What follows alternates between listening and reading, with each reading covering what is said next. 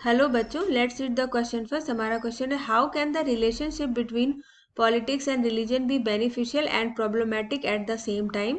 Explain. हमें explain करना है कि पॉलिटिक्स और रिलीजन के बीच जो रिलेशनशिप है वो बेनिफिशियल भी हो सकता है और प्रॉब्लमेटिक भी हो सकता है। सो benefits of the relationship between politics and religion can be: first, all religious communities can politically express their needs and interests, and influence of one religion can make politics more value based.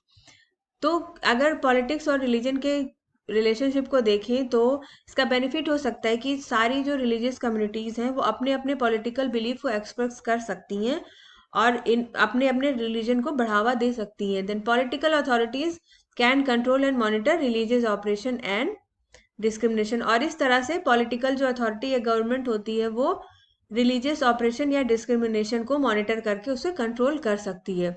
और problems क्या होती है? Religion can become a base for the development of national sentiments which can lead to conflict and riots. अगर हम किसी particular धर्म को लेके चलें तो ये हमारी सोसाइटी में कन्फ्लिक्ट्स और राइट्स को, वायलेंस को जन्म दे सकता है। State power may be used to establish the domination of one religious group over another, and political parties will try to get political gains by putting one group over the another.